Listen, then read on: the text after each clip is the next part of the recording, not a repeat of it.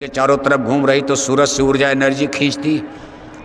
ऐसे हमारी आत्मा का ऊर्जा एनर्जी प्रकाश मन बुद्धि चित्त अंतःकरण खींच रहे और खींच करके हमारी इंद्रियों को सप्लाई करते हैं।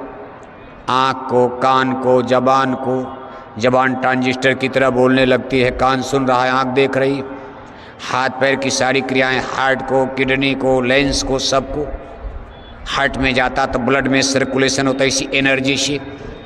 लेकिन इसमें मन बुद्धि चित्त का बहुत बड़ा रोल।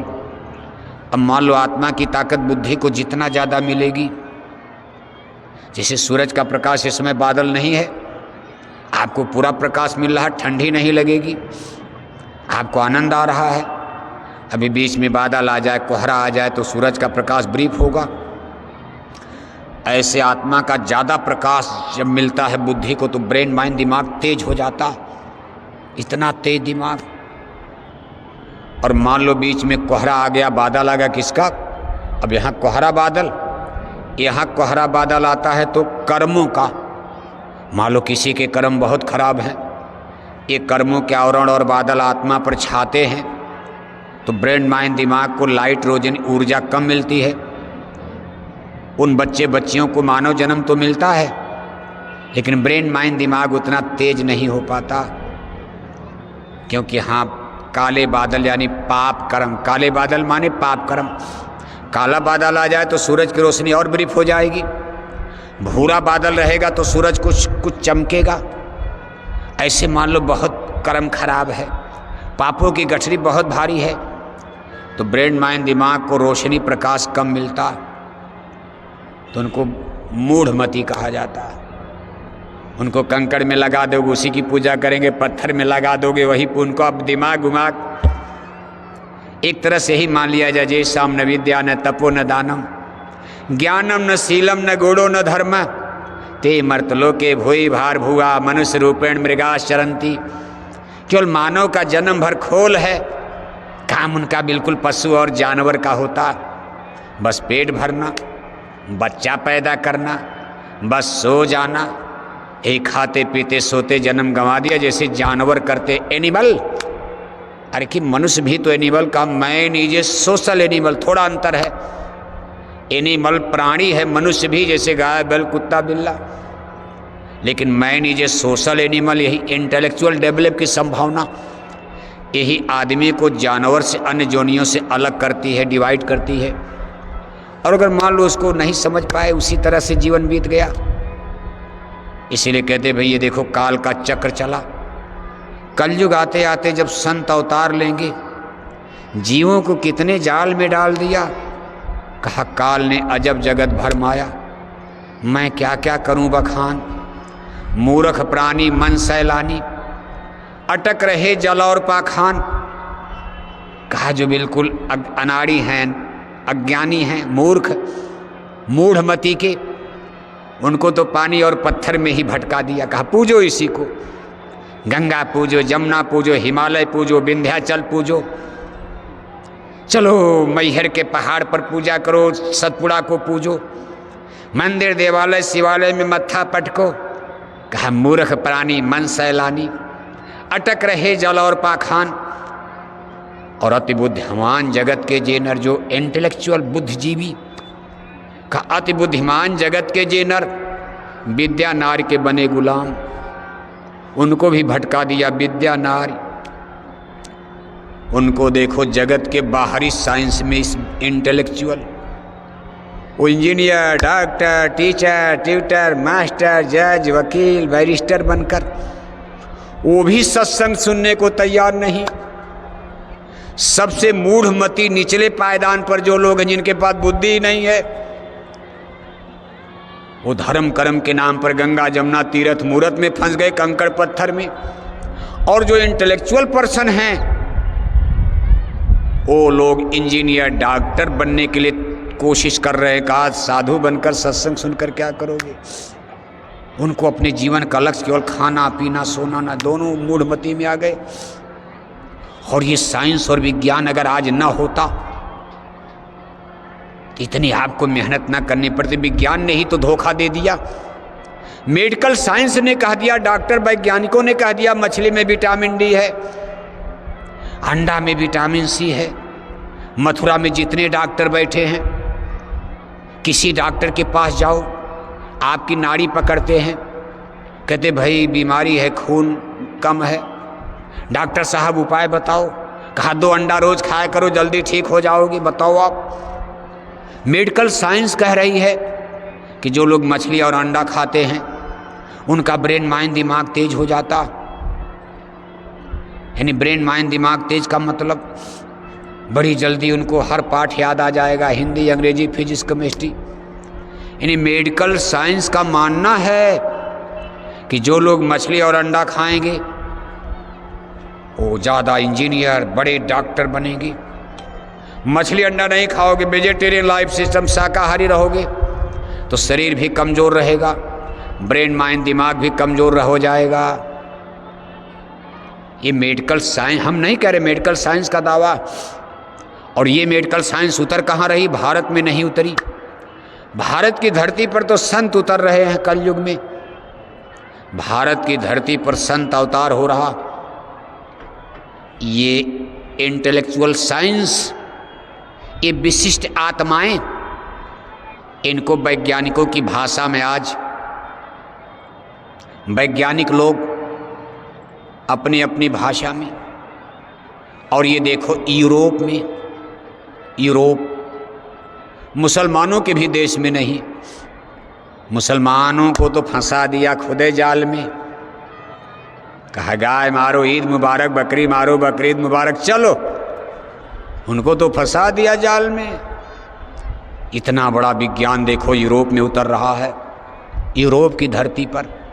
भारत में मुसलमानों का राज चल रहा। यहाँ हिंदू मुसलमान के झगड़े खड़े हो गए। मुसलमान इस्लाम को भारत में फैलाना चाह रहे हैं, हिंदू अपने धर्म की रक्षा के लिए दोनों लगे हुए हैं। और यूरोप में साइंस और विज्ञान उतर रहा है। वहाँ कोई मास्टर अभी नहीं है। इन्हीं को लोग बड़े इंटेलेक्चुअल, यूनिवर्सिटी खुल गई थी ना, न कैम्ब्रिज था, न लंदन इतना बड़ा शहर था। वहाँ भी इसी तरह राजा रानी लोग, जैसे यहाँ भारत में लैंडलॉर्ड, जमींदार, सामंत है। लेकिन वहाँ देखो बड़ी बड़ी ऐसी आत्माओं को जन्म दे दिया गया, और उस धरती को उन्होंने ही चुन लिया, काल प्रभु ने चुना। कहा यहीं विज्ञान उतारो, यहीं से काम हो जाएगा। इन दिव्य विशिष्ट आत्माओं को वैज्ञानिक भाषा में वैज्ञानिक लोग एलियंस कहते हैं। एलियंस, एलियंस 2 तरह के होते, एक नेगेटिव, एक पॉजिटिव। एक सकारात्मक विचार वाले, एक नकारात्मक विचार वाले। सकारात्मक विचार माने सृजन करना, और नकारात्मक विचार वाले माने विनाश करना। दोनों में पावर होती है। अगर राम में ताकत, तो रावण में कम शक्ति नहीं थी। अरे जो भगवान से लड़ने के लिए दावा कर रहा है वो कई मामूली खेतीहर मजदूर रहा होगा, रावण कोई मामूली आदमी थे। लेकिन कुल मिलाकर के एक नेगेटिव है, एक पॉजिटिव है। एक से समाज का सृजन होगा, एक से समाज का विनाश होने जा रहा। विनाश करने के लिए भी तो परमाणु बम चाहिए। परमाणु बम बनाना कोई मामूली बात समझ रहे हो आप? अब देखो यूरोप में खेल हो रहा है। ऐसे ऐसे लोग जन्म ले लिए, कुछ नहीं। आप रेल देख रहे हो, रेल सबसे पहले भाप का इंजन बना। भाप का इंजन बनाने वाला मामूली आदमी अपने किचन में बैठ करके बस देख रहा है। घर वाले कह रहे भाई पढ़ने जाओ, पढ़ने में मन नहीं लग रहा, बच्चा है। चाय बन रही केतली में, पानी उबाला, केतली का ढक्कन ऊपर उठ रहा। वो देख रहे हैं, कहा भाई ये ढक्कन ऊपर क्यों जा रहा? अरे कहा भाप में इतनी बड़ी शक्ति है। अब कोई यूनिवर्सिटी में पढ़ रहे हैं, केतली किचन में देख रहे, जिसका पढ़ने में मन नहीं लग रहा। जैसे बच्चों का मन खेलने में लगता, आज उस बालक का मन पढ़ने में, स्कूल जाने में नहीं लग रहा। अपनी चाची के साथ बैठ करके केतली देख रहा, चूल्हे में चाय बन रही, केतली का ढक्कन ऊपर जा रहा है, का भाप में शक्ति है। अब देखो भाप की पावर की जानकारी हो गई और भाप का इंजन बना दिया। तब बिजली ने भाप का इंजन, यानी बड़े बड़े मोटर, बड़े बड़े जनरेटर, बड़ी बड़ी ये इंजन भाप की शक्ति से, यानी पानी को एब्जॉर्प्शन करके भाप बनाया जाए, इसको क्लोज्ड किया जाए, इसका प्रेशर बनाया जाए, तो बड़ी बड़ी गाड़ियां चलाई जा सकती हैं। इसी पर देखो रेलवे के इंजन भाप के बन गए। जेम्स वाट साहब ने, जिनको पढ़ने में मन नहीं लग रहा, स्कूल गए ही नहीं, ये सब काल का खेल था। एक और नाम आता न्यूटन साहब। सेब का बगीचा उनके पास, किसान के बेटे हैं। जैसे आपके पास आम का बगीचा, आम रखाते हो, किसान के बेटे थे, सेब का बगीचा था। सेब के बगीचे को रखाने की ड्यूटी लगी थी। रोज सेब गिर रहा देख रहे हैं, लेकिन आज देखो एक सेब उनके चौकी बिस्तर पर गिर गया। जिस चारपाई पर बैठे थे सेब नीचे गिरा। न्यूटन साहब सोच रहे हैं सेब नीचे क्यों आ गया, ये ऊपर क्यों नहीं चला गया। अब उन्होंने अपने ब्रेन माइंड दिमाग से सोचा। दिव्य दृष्टि नहीं, संत नहीं है, ब्रेन माइंड दिमाग से सोच रहे हैं, दिमाग ही खोज रहा है इसका रीजन क्या है। सेब टूट करके नीचे क्यों, ऊपर क्यों नहीं गया। उन्होंने तब कह दिया, भाई धरती के अंदर ग्रेविटेशनल फोर्स, हमारी पृथ्वी के सेंटर में, केंद्र में ग्रेविटेशनल फोर्स यानी गुरुत्वाकर्षण शक्ति काम करे, जो सबको खींच रही है। ऊपर चीज चली जाएगी, चंद्रमा पर चली जाएगी, चंद्रमा की गुरुत्वाकर्षण शक्ति खींचेगी, सूरज पर जाएगी, वहाँ खींच लेगी, धरती के वायुमंडल में धरती खींच कर नीचे लाएगी। न्यूटन साहब दुनिया में अमर हो गए। वो भी कोई स्कूल सेब का बगीचा रखा रहे, पढ़ने नहीं गए, अपने सेब की बाग की रखवाली कर रहे हैं। और भी तमाम नामात। आर्किमिडीज साहब का नाम, आर्किमिडीज साहब नहाने के लिए रोज तालाब में जा रहे। आज देखो एक दिन झटके से पानी में कूदे, नदी में, नदी के पानी ने उनको ऊपर फेंका। बस उसी पर लगे सोचने, पानी हमको ऊपर क्यों फेंक दिया। एक छोटा सा कंकड़, एक छोटी सी सुई हम पानी में डालते हैं, डब डूब जाएगी, पानी ऊपर नहीं फेंकता है। हमारी 60-70 किलो की शरीर पानी ने ऊपर क्यों फेंक दिया। तब उन्होंने अपने दिमाग पर जोर मारा। दिमाग तो पहले से तैयार था। अष्टांगी देवी आदि शक्ति माया ने इन लोगों के दिमाग में जैसे कैसेट भरा जाता, कैसेट, आप कैसेट में पिक्चर भरे हो, पिक्चर आएगा, कैसेट में भजन भरे हो, भजन आएगा। यानी काल प्रभु ने के आदेश पर अष्टांगी देवी माया ने, उनके 3 पुत्रों ब्रह्मा विष्णु शंकर ने अपने अपने मंडल से कुछ आत्माओं को चुन करके यहाँ उतार जन्म दे दिया। कहा जा करके विज्ञान को बाहर कर दो, ये जो अंदर के ज्ञान, ऋषि मुनि इंटरनल साधना करके मन बुद्धि चित्त का कंसंट्रेशन, ये लोग अंदर आकर के कहा भाई घट में चलो, अंदर में चलो, स्वर्ग वैकुंठ देवी देवता ईश्वर ब्रह्म इंटरनल अंदर चलो, जाके सारा विज्ञान बाहर निकाल दो। ये देखो आकर के और निकाल दिया। आर्किमिडीज साहब ने थियरी दिया कि कोई वस्तु जितना पानी हटाएगी, तेल हटाएगी, कोई तरल चीज, उसके भार में उतनी ही कमी आ जाएगी। सुई पानी कम हटाती है, भार में कमी कम। हमारी शरीर पानी ज़्यादा हटाती है, भार में कमी। इसी पर बड़े बड़े पानी के जहाज बनाए गए। आज एक एक गांव का बोझा जहाज पर लाद दो, पानी में डूबेगा नहीं। आप बम्बई जाओ, अहमदाबाद, जगह जगह जाओ, कलकत्ता जहाजें लेकर जा रही हैं। एक एक गांव का पूरा बोझा उस पर लाद दो, जहाज नहीं डूबती, क्योंकि जहाज जितना पानी हटाएगी उतना जहाज के वेट में, भार में कमी आ जाएगी। ये आर्किमिडीज साहब का जल प्लावन की थियरी, आप जल प्लावन। इसी तरह से दुनिया के वैज्ञानिक ऐसे कंघी से देखो, कंघी लगा रहे, बाल को रगड़ रहे, तब तक ऐसे बाल ने एक कागज उठा लिया, कंघी एक कागज टकराया, कंघी से कागज टकरा करके उड़ गया। अरे इसमें कौन एनर्जी आ गई बाल में रगड़ने से? घर्षण विद्युत, करंट, ऊर्जा, एनर्जी। फिर पानी से बिजली का बनाना, इस तरह से। ये सब उस समय हो रहा जब भारत में मुसलमानों का राज चल रहा था। दिल्ली में मुगल सम्राट अकबर, बादशाह हुमायूं, बाबर, सब राज कर रहे। और यूरोप में देखो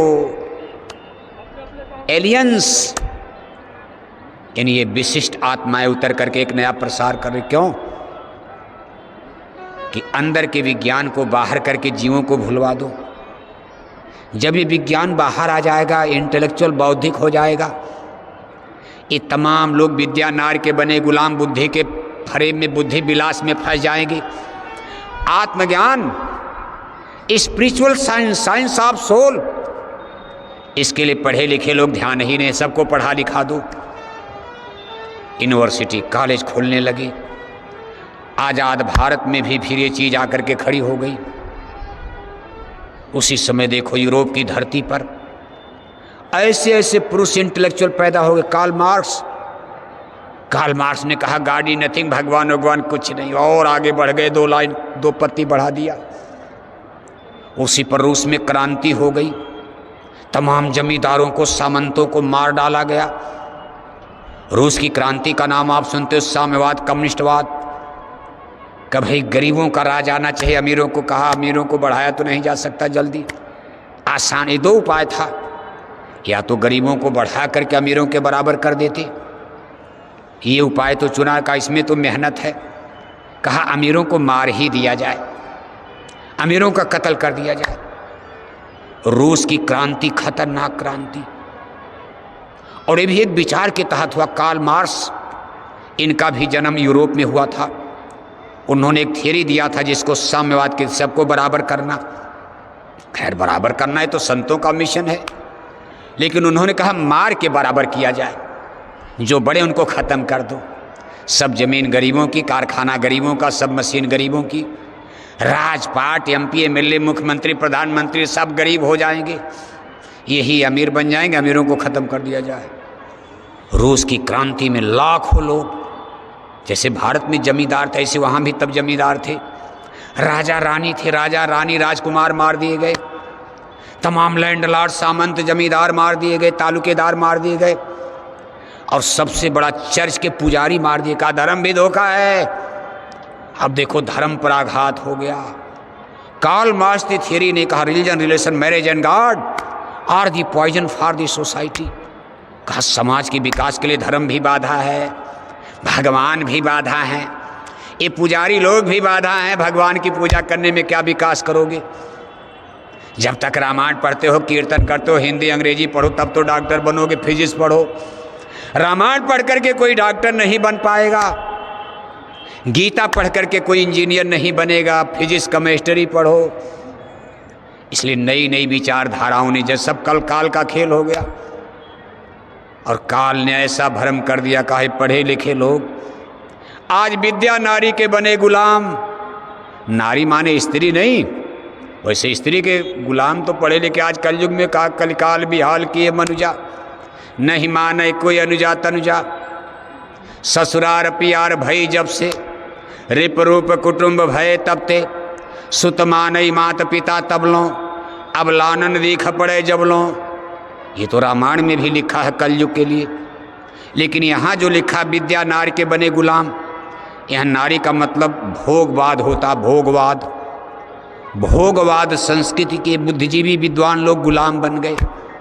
ये भोगवादी हो गए, योग छूट गया। अंदर का साइंस और विज्ञान, आत्मज्ञान इन पढ़े लिखे लोगों की समझ में अब नहीं आएगा। अब संत क्या करेंगे अवतार लेकर, जबकि कलयुग संतों का है। कहा कलयुग समयुग यान नहीं, जो नर कर विश्वास। कलयुग में ही सुरतों का उद्धार होना है। 3 युग बीत गए, कोई चांस नहीं था। सतयुग त्रेता द्वापर बीता, कोई न जानी शब्द की रीता। कलयुग में स्वामी दया विचारी, प्रगट करके शब्द पुकारी। शब्द का खुलासा भेद, कलयुग में प्रकट होगा सूरज शब्द योग, नाम योग, साधना। लेकिन तब तक तमाम जीव बखेड़े में पड़ जाएंगे। हिंदू अलग राह पर लापेंगे, मुसलमान अलग जाएंगे। दुनिया में कितने धर्म, रिलीजियस सिस्टम, दुनिया धर्म के नाम पर डिवाइड हो जाएगी।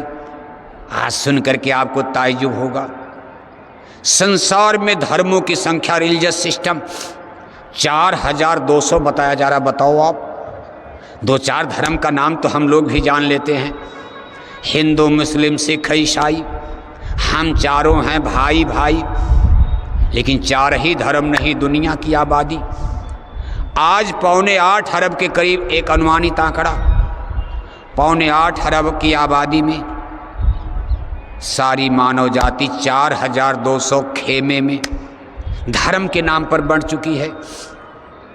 और सब धर्मों की किताबें, स्पिरिचुअल लिटरेचर्स, सबकी किताबें बन चुकी हैं।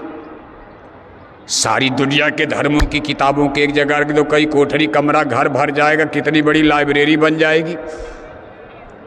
4200 धर्मों का नाम याद करना कठिन है। अगर सभी धर्मों का नाम लिखा जाए एक बुकलेट पुस्तिका किताब बन जाएगी।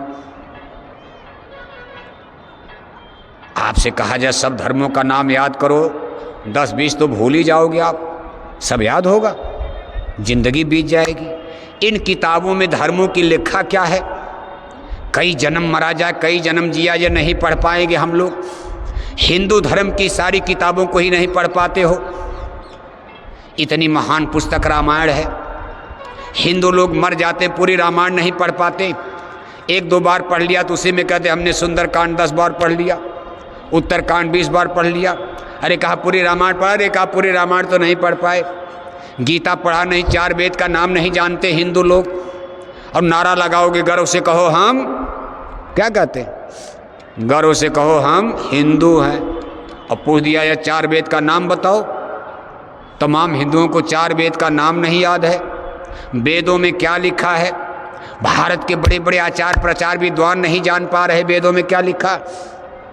तो मुसलमानों की किताबों को हिंदू लोग क्या पढ़ोगे, हिंदुओं की किताब को मुसलमान क्या जानेंगे। और जब तक सभी धर्मों की किताबों को न पढ़ लिया जाए तब तक सभी धर्मों के बारे में सही ज्ञान कैसे हो सकता। इसलिए दुनिया में सस्पेंस है। जनता बेचारी अब ये नहीं समझ पा रही कि बाबा किस धर्म को माना जाए। नाना गुरु नाना पंथ, ये गुरु सही हैं कि ये गुरु सही हैं। एक गुरु कहते हैं शाकाहारी धर्म, और तब तक दूसरे गुरु आ गए, कहा मांसाहारी धर्म।